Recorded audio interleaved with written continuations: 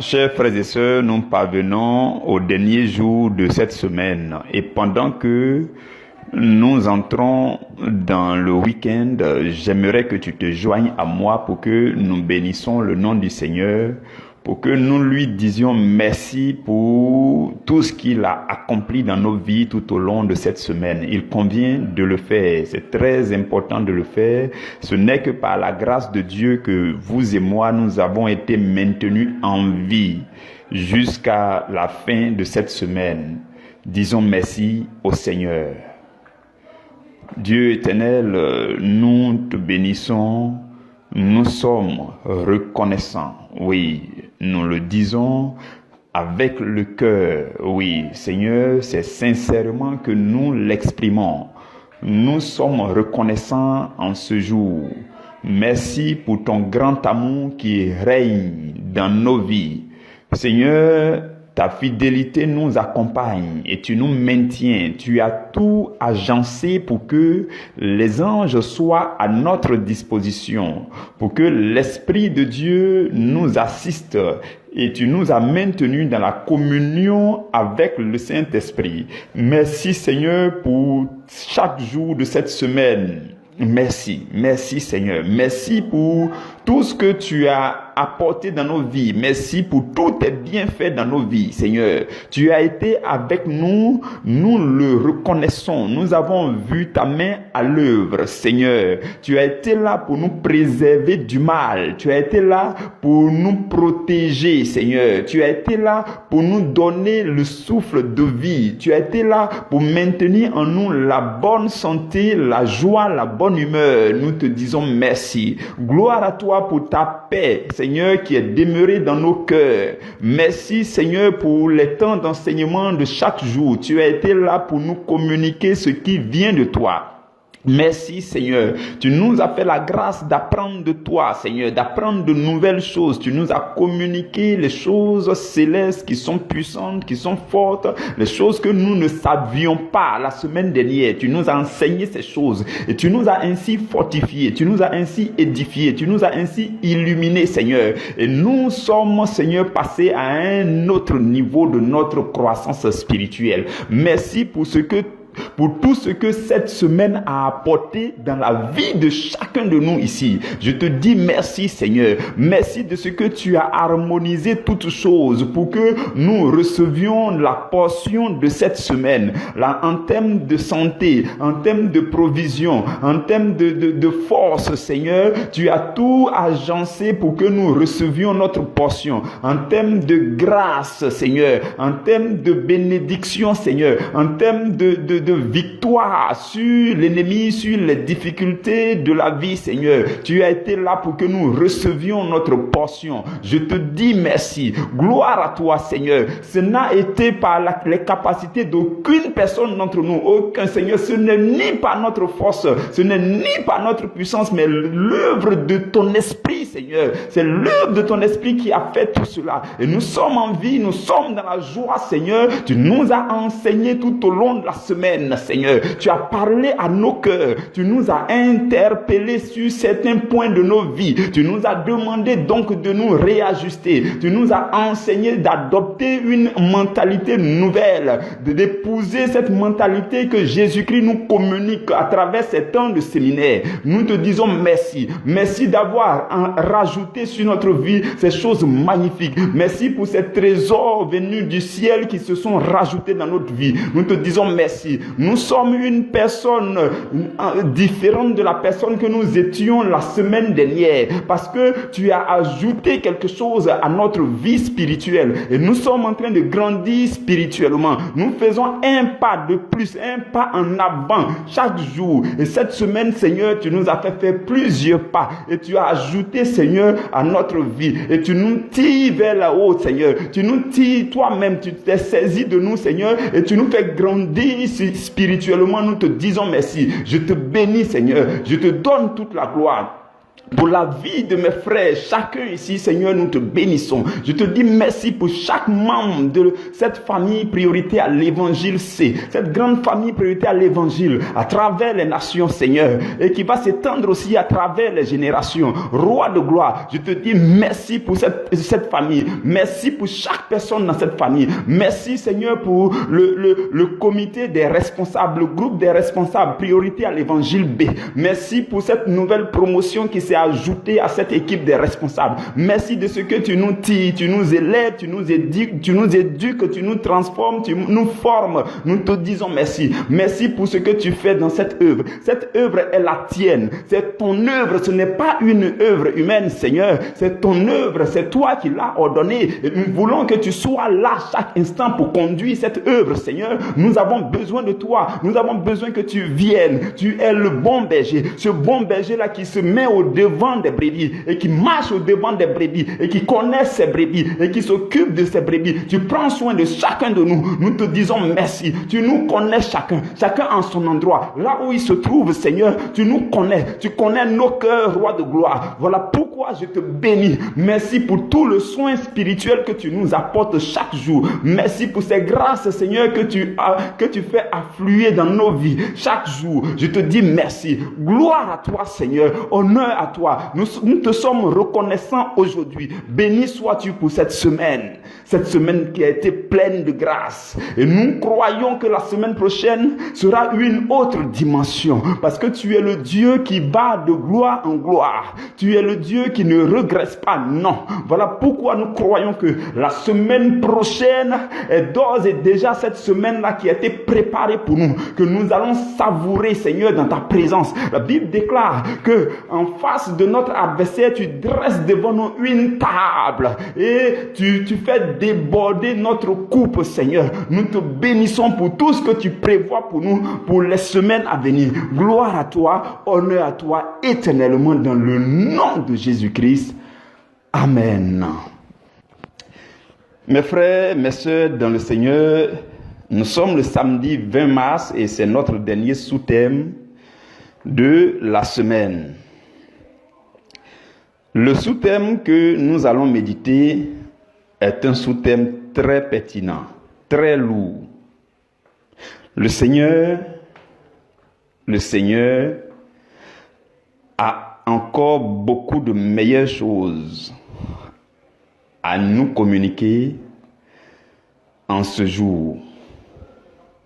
Et je voudrais que tu disposes vraiment le cœur comme tu sais le faire. Comme tu sais le faire d'habitude, dispose ton cœur et connecte-toi au-delà de moi. Oui, va au-delà de ma voix, de ma personne que tu connais certainement, de certaines choses que tu n'apprécies pas peut-être dans ma vie. Quoi que ce soit qui peut être un frein à la bonne compréhension, à la meilleure réception du message de ce jour, éloigne-toi de ces choses, va au-delà même de ma voix. Et connecte-toi à la voix du Saint-Esprit qui va te communiquer quelque chose de magnifique pour ta vie. Je te le demande vraiment, dispose véritablement ton cœur pour que nous allions ensemble à travers ce temps de méditation. Le sous-thème, c'est quelle est la véritable vérité? Waouh! Vous pouvez être d'accord avec moi que les thèmes que nous traitons, les sous-thèmes que nous sommes en train de traiter depuis quelques semaines, ce sont des sous-thèmes que vous ne verrez pas trop dans les affiches. Vous pouvez en trouver, il n'y a pas de souci, mais ce sont des thèmes, des sous-thèmes qui nous orientent dans la profondeur des choses. Les mots que nous sommes en train d'étudier depuis quelques semaines sont des mots qui sont apparemment simples. On dit non, l'amour ou bien la vérité. C'est des choses qu'on n'a pas besoin d'expliquer. Mais ce sont des sous-thèmes qui sont formulés de telle sorte à nous conduire dans la profondeur des choses. Donc, le sous-thème dit quelle est la véritable vérité.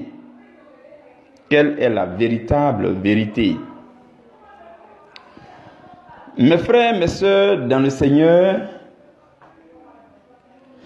pour mieux comprendre la vérité, pour mieux comprendre la notion de vérité, je voudrais qu'on parle de la notion de justice.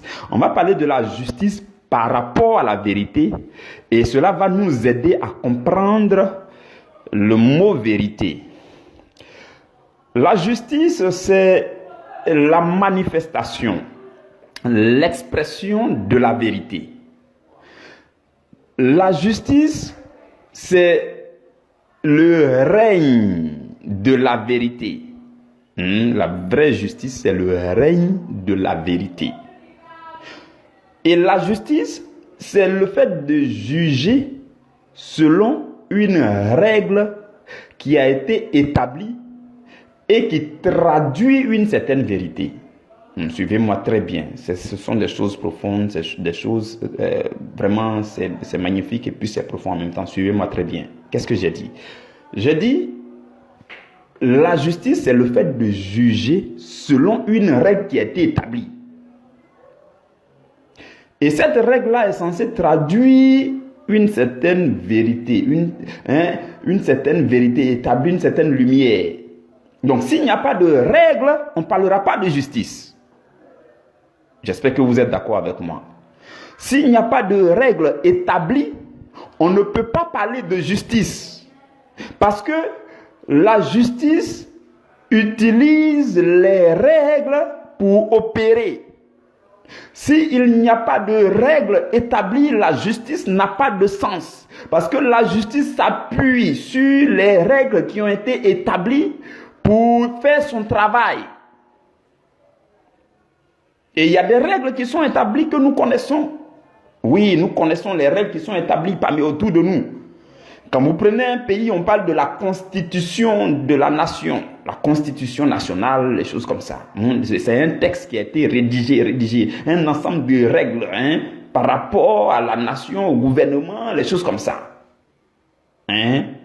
On va vous parler encore des lois. Vous prenez un pays, on vous parle des lois. Et les lois sont votées à l'Assemblée nationale, tout ça. Et on écrit, on rédige, et puis on met ça de côté. On dit, c'est ça qu'on va prendre pour faire des jugements. C'est ça qu'on va prendre pour juger. C'est ça qu'on va prendre pour trancher telle affaire, telle autre chose.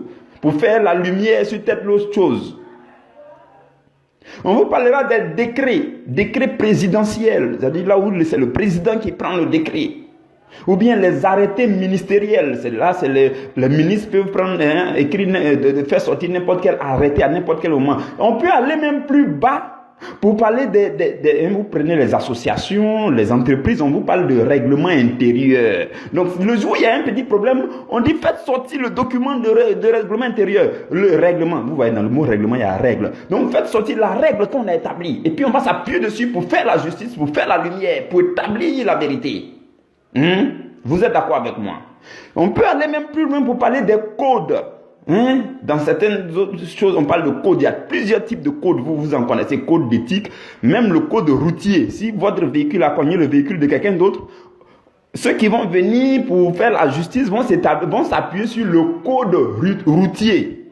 Le code routier, c'est l'ensemble des règles de conduite, par exemple. Le code de la conduite, par exemple. Et quand vous allez dans le milieu professionnel, on vous parlera des normes et des standards internationaux, ainsi de suite. Les normes.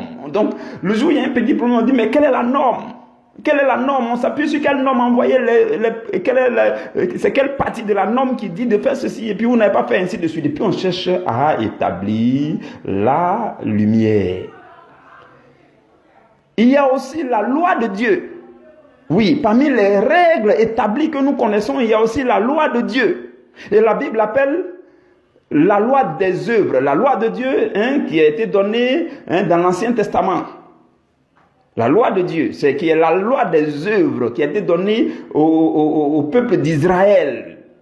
Dieu a envoyé Moïse. Moïse était en train de paître les troupeaux de son beau-père Madian dans le désert. Dieu lui a dit, Moïse, il faut retourner en Égypte. Mon peuple qui est là-bas, j'ai vu que leur douleur est devenue grande, c'est monté jusqu'à moi. Va, tu vas les délivrer. Je vais les envoyer dans une terre promise. Et Moïse est parti. Arrivé dans le désert, Dieu leur a donné une loi pour dire, vous êtes ma nation, mon peuple que j'ai choisi. Quand vous allez arriver dans la terre promise, voici ma loi, la loi selon laquelle vous devez vivre. Donc Dieu a énuméré plusieurs lois. Quand vous lisez les livres comme Lévitique, Deutéronome, Nombre et autres, c'est les lois. Comment vivre selon Dieu? Dieu a donné ces choses à Moïse. Ça fait partie des règles établies.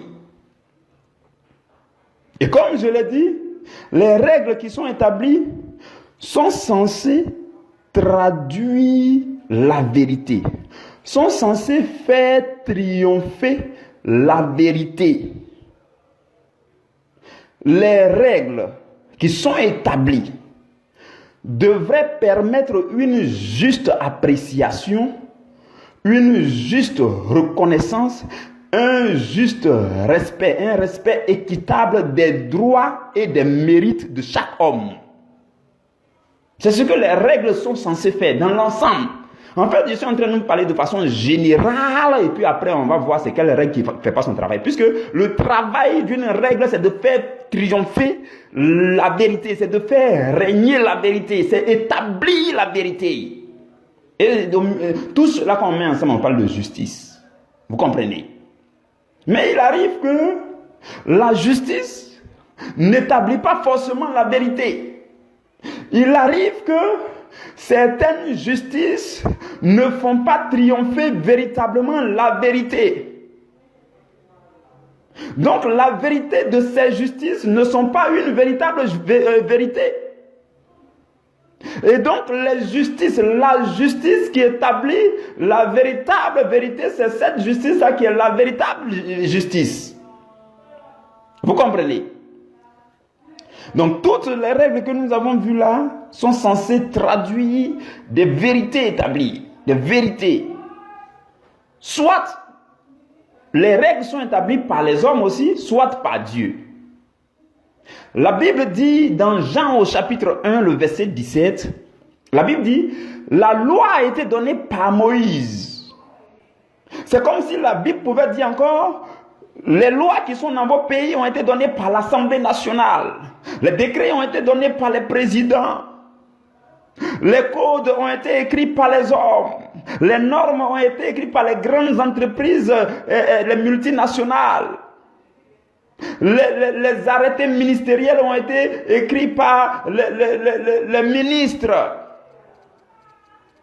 La loi a été donnée par Moïse. Dieu a donné la loi du peuple d'Israël par Moïse. Et le verset poursuit pour dire, la grâce et la vérité sont venues par Jésus-Christ. La grâce et la vérité sont venues par Jésus-Christ. Et quand vous prenez le livre de Romains, Paul était en train de parler de façon un peu plus sévère, mais encore plus détaillée. Il parlait aux Juifs. Il disait aux Juifs, mais vous vous glorifiez de la loi de Dieu. C'est vrai, la loi, Dieu vous a donné la loi, c'est vrai, Dieu a donné la loi à Moïse pour le peuple d'Israël, c'est vrai, mais arrêtez de vous glorifier de la loi, de cette loi-là. Il a fait une démonstration, lisez Romains chapitre 3, 2, 3, vous pouvez lire. Il a fait une démonstration, et au verset 27, il dit, où donc est le sujet de se glorifier? Il dit, mais non, il est exclu. Par quelle loi? Par la loi des œuvres? Non, mais par la loi de la foi. Par la loi de la foi. Et la foi, c'est en Jésus-Christ. Il s'agit de la foi en Jésus-Christ. Vous comprenez? Donc la véritable vérité, c'est la vérité de Dieu qui nous est gracieusement révélée par la foi en Christ. Il y a la vérité venant de Dieu.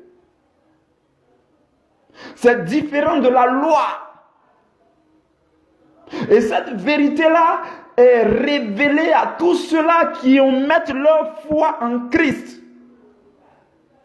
La Bible dit la grâce et la vérité sont venues par Jésus-Christ. Donc Dieu a envoyé son Fils unique pour nous communiquer la vérité, la loi de la foi. Et c'est par grâce que nous avons ça. C'est par grâce que nous découvrons ça. Frères et sœurs, je vais vous dire un mystère. Lorsque j'étais à Abidjan, je changeais un jour avec certains de mes collègues. Enfin, c'est pas moi qui échangeais d'ailleurs au départ. On était en train de manger et il y a deux qui échangeaient. Ils parlaient, non, ce monde-là, le gouvernement a fait ceci. Non, mais la justice est injuste. Hein? Souvent, on entend les thèmes comme ça. La justice est injuste. Si vous entendez ça, c'est que ça va mal. C'est que vraiment, ne faites pas confiance même aux choses terrestres là. C'est compliqué. Ce sont ces choses qui doivent nous pousser à entrer en profondeur. Hein, quand on dit justice, quelle est la vraie justice? Vérité, quelle est la vraie vérité? Ainsi de suite. C'est ça, ce sont ces choses. Parce que nous tous, on voit que ça va mal. Donc les deux étaient en train d'échanger. Ils disent non. Je leur ai dit, mes amis, s'il vous plaît, arrêtez. Mangeons tranquillement, on va rentrer. Arrêtez tous ces discours-là. La véritable vérité n'est pas de ce monde. Je leur ai dit non. Si vous voyez que la justice du monde va mal, c'est parce que nos nations n'ont pas encore accepté. Nos nations, ceux qui dirigent, ceux qui font cette justice, n'ont pas encore accepté celui-là qui a en lui la véritable justice. Jésus n'a pas encore été accepté. Voilà pourquoi vous discutez pour rien. La véritable justice fait régner, fait triompher la véritable vérité qui est Jésus. Maintenant, je vais vous dire un mystère. Je vais vous dire un mystère. Suivez-moi très bien. Ce que je vais dire n'engage que moi. Et je sais que ça engage aussi celui qui m'a envoyé, le Seigneur Jésus. Dans mes méditations, le Seigneur m'a conduit jusqu'à ce que je comprenne qu'il y a une grande ignorance humaine. Une ignorance généralisée. Une très grande ignorance. Je vais vous expliquer. Une très grande ignorance. Et les hommes baignent dans cette ignorance généralisée. Qu'est-ce qui se passe? L'ennemi, Satan, est venu dans ce monde et il mêle les hommes, les uns en conflit avec les autres. Il fait ce travail. Il mêle les hommes en conflit les uns avec les autres. De telle sorte que vous avez un souci avec votre voisin, votre collègue, on a des soucis, les uns volent les autres, les uns font du mal aux autres, on se retrouve plein de fois à la justice. Il mêle les hommes les uns en conflit avec les autres. Et quand ils se retrouvent à faire justice au milieu de tout cela, cette justice-là, c'est une justice des hommes. Et cette justice des hommes essaie de régler les conflits entre les hommes, selon les choses terrestres. Et les hommes se retrouvent à oublier celui qui est le véritable ennemi. Il les met en conflit et il se retire pour les regarder en train de se combattre. Ils se combattent, ils luttent et puis après ils disent allons à la justice, on fait justice. Et puis c'est la justice des hommes, ainsi de suite. Il le fait pourquoi? Pour que les hommes ne sachent pas qu'il y a une véritable justice. La véritable justice, c'est la justice qui établit la vérité pour mettre Satan à nu en tant que le seul ennemi. C'est ça la véritable justice. Frères et sœurs, les gens n'ont pas compris le sens profond de l'avènement du Seigneur Jésus. Jésus n'est pas venu avec la justice qui va régler les conflits entre les hommes. Non, il va au-delà de ça. Jésus est venu libérer libérer les hommes des griffes de Satan. Satan a mis les hommes en conflit et les hommes cherchent à régler ça entre eux et ils parlent de justice entre eux. Satan s'est mis de côté pour les regarder. Jésus est venu pour unir les hommes, pour que les hommes se rendent compte qu'en fait ils n'ont pas à se bagarrer, mais il y a un seul ennemi. Donc la justice consiste à libérer les hommes des griffes de cet ennemi. Mais les hommes n'ont pas compris. Ça, c'est un message fondamental du Seigneur Jésus. Les gens n'ont pas compris. Jésus est venu passer son temps à délivrer les gens, à guérir les malades. Et tout son objectif, c'était d'établir la justice de Dieu. C'est de libérer les hommes du malin. C'est de libérer les hommes des démons. Jésus n'est pas venu régler. Deux personnes sont parties, dit à Jésus, viens, puis c'est pas notre héritage. Il dit, je ne suis pas venu ici pour régler vos problèmes entre vous. Non, vous avez tous un problème avec Satan. C'est ce que je suis venu régler.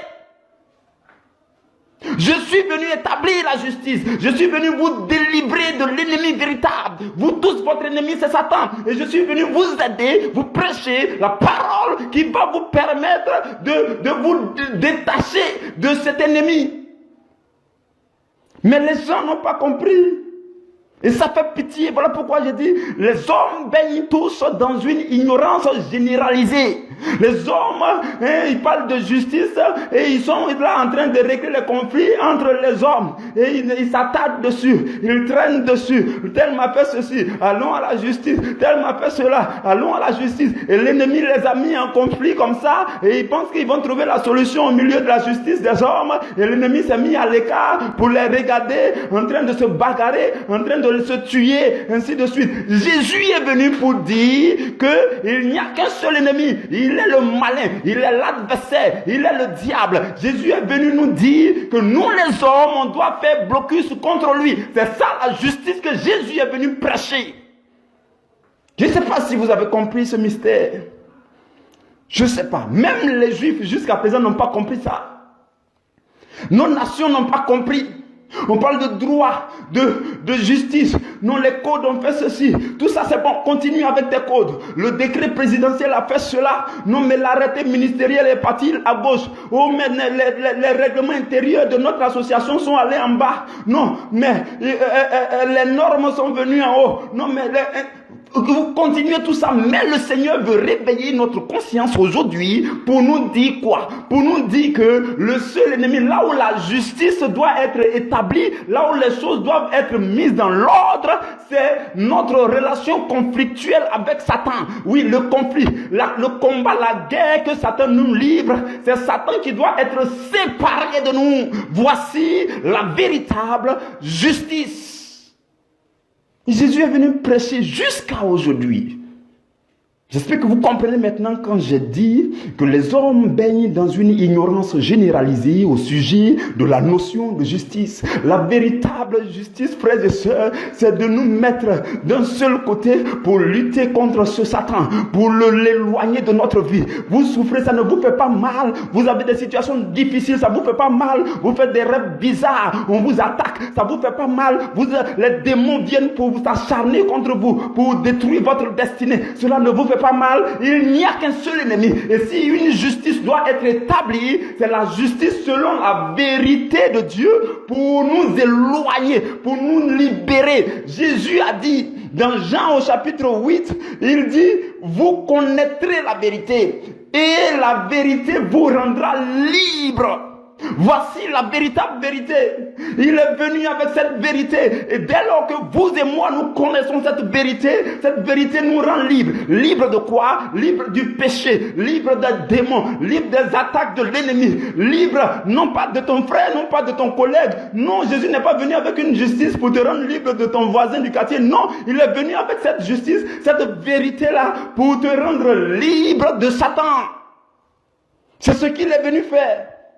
Et il dit, je suis le chemin, la vérité. Cette vérité venue de Dieu, c'est moi. Je suis venu. Je suis le chemin, la vérité et la vie. Je suis venu donner la vie aux hommes et je suis venu délivrer les hommes de Satan. Je suis venu les délivrer. Que les hommes ne pensent pas que je suis venu régler leurs problèmes internes entre eux. Non. Il faut être mature, frères et sœurs, passer à un autre niveau pour comprendre que la justice des hommes s'est trop attardée, a trop traîné sur les conflits entre les hommes. Et l'ennemi qui nous met en conflit se met de côté et il rit, il rigole, il se moque de nous. C'est l'heure de se réveiller pour nous rendre compte que le seul ennemi pour lequel tu dois mettre toutes tes forces à l'œuvre pour le combattre, pour le repousser et pour établir la justice de la liberté, ce seul ennemi, c'est Satan. Voilà pourquoi au lieu de passer votre temps à aller à la justice, priez contre lui et toutes choses vont s'éloigner de vous. C'est ça, cette justice. Et c'est Jésus qui l'a apporté. Cette véritable vérité de Dieu nous a été révélée en Jésus-Christ seulement. Lorsque vous avez la foi en Jésus-Christ, cette vérité se révèle à vous automatiquement. J'espère que vous me suivez. Et Paul dit, dans Romains au chapitre 1, le verset 16, Paul va nous démontrer en quoi est-ce que l'évangile va nous aider à découvrir la vérité. Au verset 16, il dit, je n'ai pas honte de l'évangile. Oui, il dit, c'est une puissance de Dieu pour le salut de quiconque croit, du juif premièrement, puis du grec. Mais ce n'est pas cette partie qui m'intéresse. Le verset 17 dit, parce que en lui, en qui? En l'évangile. Parce qu'il a parlé de l'évangile dans le verset 16. Il dit, parce qu'en lui est révélée la justice de Dieu, par la foi et pour la foi. La justice de Dieu par la foi et pour la foi. La justice de Dieu par la foi et pour la foi est révélée dans l'évangile que nous prêchons.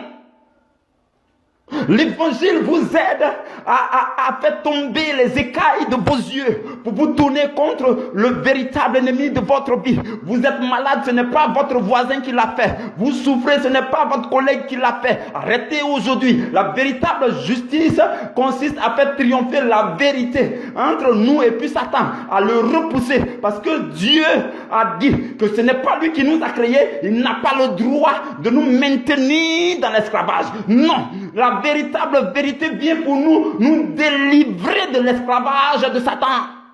Pour nous délivrer. C'est ce que fait la véritable vérité.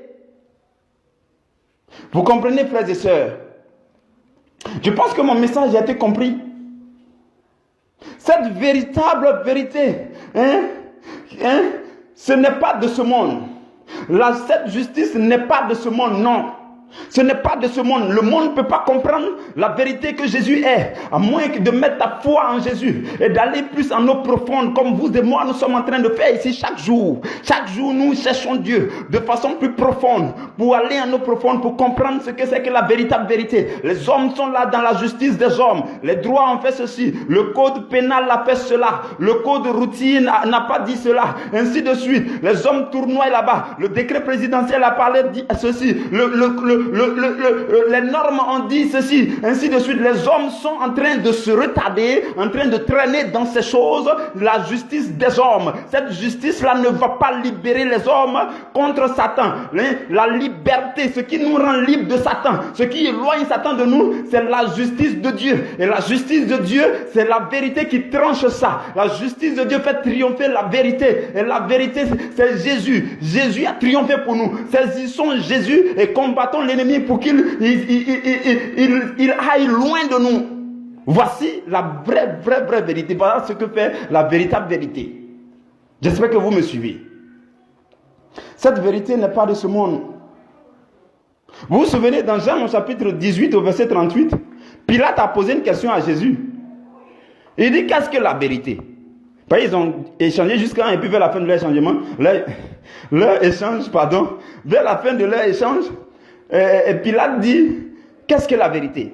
Et après, ils sont passés à autre chose. Si vous lisez la suite du verset, il n'y a rien encore. Jésus n'a pas répondu. Bon, mais moi, quand je regarde de très près, c'est comme si Jésus peut-être a répondu par un signe. Vous voyez, quand quelqu'un vous dit, vous parlez, puis vous répondez, vous pointez du doigt vous-même. Là. Je pense que c'est ce que Jésus a fait ce jour-là. Et sûrement que quand Pilate a dit, qu'est-ce que la vérité? Jésus a dit, c'est moi la vérité. Mais il a fait ça par un signe simplement. Et Pilate, ils n'ont plus continué. Pilate, sa bouche est restée ouverte. Quand il va sortir, c'est pour venir laver ses mains pour dire, votre affaire, je ne suis pas dedans, il ne veut pas le libérer, ce gars-là, vraiment, il est étrange, il est bizarre, ceci, cela. Jésus est la véritable vérité. Le monde ne l'a pas connu. Il est cette vérité venue de Dieu. La Bible dit, la loi est venue par Moïse, mais la grâce et la vérité sont venues par Jésus-Christ. Et si nous voulons que la justice soit établie entre nous et Satan, si nous voulons que la justice soit établie entre nous et Satan, la véritable vérité à laquelle nous devons nous accrocher, c'est Jésus-Christ. Voici le message de ce jour. Que Dieu vous bénisse. Je vous souhaite tous un excellent week-end. Demain à midi, il va y avoir le résumé des enseignements, comme chaque samedi à midi. C'est mon épouse qui fait le résumé selon le programme actuel. Que Dieu bénisse chacun de vous, frères et sœurs. Je vous aime dans l'amour du Seigneur. Je vous affectionne et je désire une seule chose, c'est que vous triomphiez du monde. Et que Jésus-Christ soit votre force et votre victoire. Et que la vérité de Jésus règne dans votre vie au nom de Jésus-Christ. Amen, amen, amen.